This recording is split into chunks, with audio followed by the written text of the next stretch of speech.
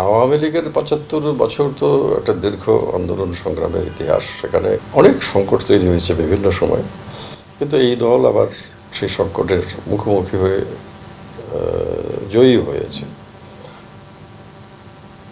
যেমন আমাকে অনেকে বলেন, আমার সেই সময়কার পুরনো বন্ধুরা যারা আমরা একসময় বাম রাজনীতি করতাম, যে আপনার আওয়ামী লীগের যোগ দেওয়ার পেছনে কারণটা কি। তো আমি তো আসলে রাজনীতি থেকে সরিয়ে গিয়েছিলাম। আমি তখন নাটক করা নিয়ে ব্যস্ত এবং পাশাপাশি আমার জীবিকা অর্জনের জন্য চেষ্টা করে যাচ্ছি প্রাণপণ, এবং একটা সংকটের মধ্যে দিয়ে যাচ্ছি বলতে গেলে, ব্যক্তিগত পারিবারিক সংকট। তো আমার উত্তর খুব সহজ সরল।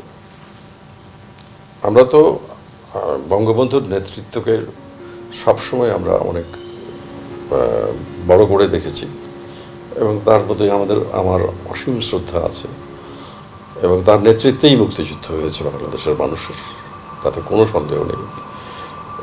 একজন নেতা সশরীরে উপস্থিত না থেকেও কি করে একটা মুক্তিযুদ্ধের নেতৃত্ব দিতে পারেন, তার একমাত্র নজির 1971। এটা একটা অসাধারণ ঘটনা সারা পৃথিবীতে। আমরা মুক্তিযোদ্ধারা সবসময় জয় বাংলা জয় বঙ্গবন্ধু স্লোগানটাকে কণ্ঠে ধারণ করেই কিন্তু আমরা মুক্তিযুদ্ধে আমরা অংশগ্রহণ করেছি, আমরা বাংলাদেশের অভ্যন্তরে প্রবেশ করেছি। তো বঙ্গবন্ধু হত্যার পরে তখন আমরা তো নাটক নিয়ে খুব ব্যস্ত, তখন আমরা আসলে দল করিও নয় কেউ। আমি বাম রাজনীতি থেকেও তখন সরে এসেছি। আমাদের সকলের একটা কথাই মনে হয়েছে যে বাংলাদেশটা বুঝি ধ্বংস হয়ে যাবে।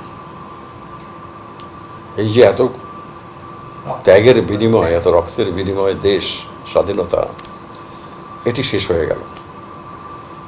এই আশঙ্কা এবং এই সংকটের মুখোমুখি হয়ে আমার সামনে আওয়ামী লীগ ছাড়া আর কোনো দল ছিল না, এবং কোনো বিকল্পও ছিল না। এটা কেউ আমার সঙ্গে তর্ক করলে করতে পারেন, কিন্তু আমি জানি যে এটি সম্ভব নয়, এবং সেটি আওয়ামী লীগ প্রমাণ করেছে। এটা যে আমার মুখের কথাটা, এটা কিন্তু সত্য প্রমাণিত হয়েছে। বঙ্গবন্ধু কন্যা দেশে ফিরে এসেছেন, একটা অসম্ভব কঠিন সময়ের মধ্য দিয়ে তিনি গেছেন, জেলে গেছেন, অসংখ্যবার তার প্রাণহানির চেষ্টা হয়েছে, এবং মৃত্যুর মুখোমুখি হয়েও তিনি ফিরে এসেছেন। এইরকম একটি সময়ের ভেতর দিয়ে অগ্রসর হয়ে তিনি দেশটাকে এক জায়গায় নিয়ে এসেছেন। ফলে তার যে অনেকে আমি জানি যে তারা অনেকে সমালোচনা করেন নানান বিষয়, এটা ওটা, কিন্তু তাদের বুঝতে হবে যে তিনি কি অসাধারণ একটা যাত্রা তিনি করেছেন সেই সময় থেকে এই সময় পর্যন্ত। আজকে দেশটাকে পাল্টে দেওয়ার ক্ষেত্রে যে বড় বিষয়টা, বড় যে ঘটনাটা ঘটে গেল, এই ঘটনাটা তো তিনি না থাকলে হতো না। তো সেক্ষেত্রে আমি মনে করি যে আমাদের হয়তো কিছু কিছু জায়গায় আমরা একটু পিছিয়ে আছি, কিন্তু সেই জায়গাগুলোতে তো চিন্তাভাবনা আছে। যেমন আমাদের নেত্রী বলেন যে সংস্কৃতি চর্চাকে একদম তৃণমূল পর্যায়ে নিয়ে যেতে হবে।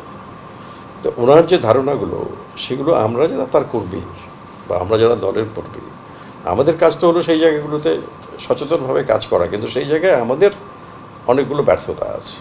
যেমন আমি মনে করি যে একজন জনপ্রতিনিধি, তিনি সংসদ সদস্যই হন, আর উপজেলার চেয়ারম্যানই হন, আর পৌরসভার মেয়রই হন, তারা কিন্তু নেতা হিসাবে এই জায়গাগুলোতে অনেক বড় ভূমিকা পালন করতে পারেন। কিন্তু এই ব্যাপারে তাদের আগ্রহের অনেক ক্ষেত্রে অনেকেরই আগ্রহের অভাব আছে। সবার কথা বলছি না, অনেকেরই আগ্রহের অভাব আছে। তারা যদি এই বিষয়গুলোতে একটু নজর দেন, যে না, আমাদের নেতৃত্ব বলেছেন তৃণমূল পর্যায়ে চর্চাটা করতে হবে, তাহলে আমরা কাজটা করি। এক এক জায়গায় এক একভাবে কাজ হবে, সব জায়গায় তো একই ফর্মুলায় কাজ নাও হতে পারে। আর এছাড়া সরকারি কতগুলো কর্মসূচি তো ইতিমধ্যেই নেওয়া হয়েছে।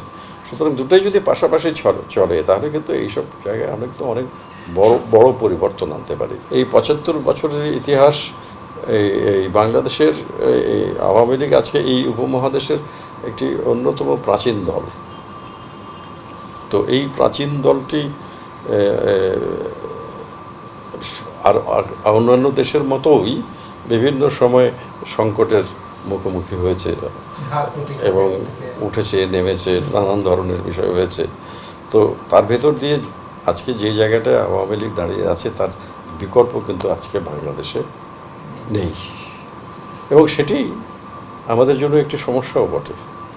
কারণ বাংলাদেশে মুক্তিযুদ্ধের পক্ষে বা মুক্তিযুদ্ধের চেতনায় বিশ্বাস করে এমন শক্তিশালী একটি বিরোধী দল বাংলাদেশে নেই। যারা আছে বিরোধী দল নামে তথাকথিত, তারা কিন্তু আমাদের মুক্তিযুদ্ধের চেতনার বিপক্ষের মানুষ। তারা সুযোগ পেলেই এটাকে আরেকটি আবার ওই পাকিস্তানি ভাবধারা ফিরিয়ে আনার চেষ্টা করবে। সুতরাং সেইটাই আমাদের এখন সামনে সবচেয়ে বড় সংকট।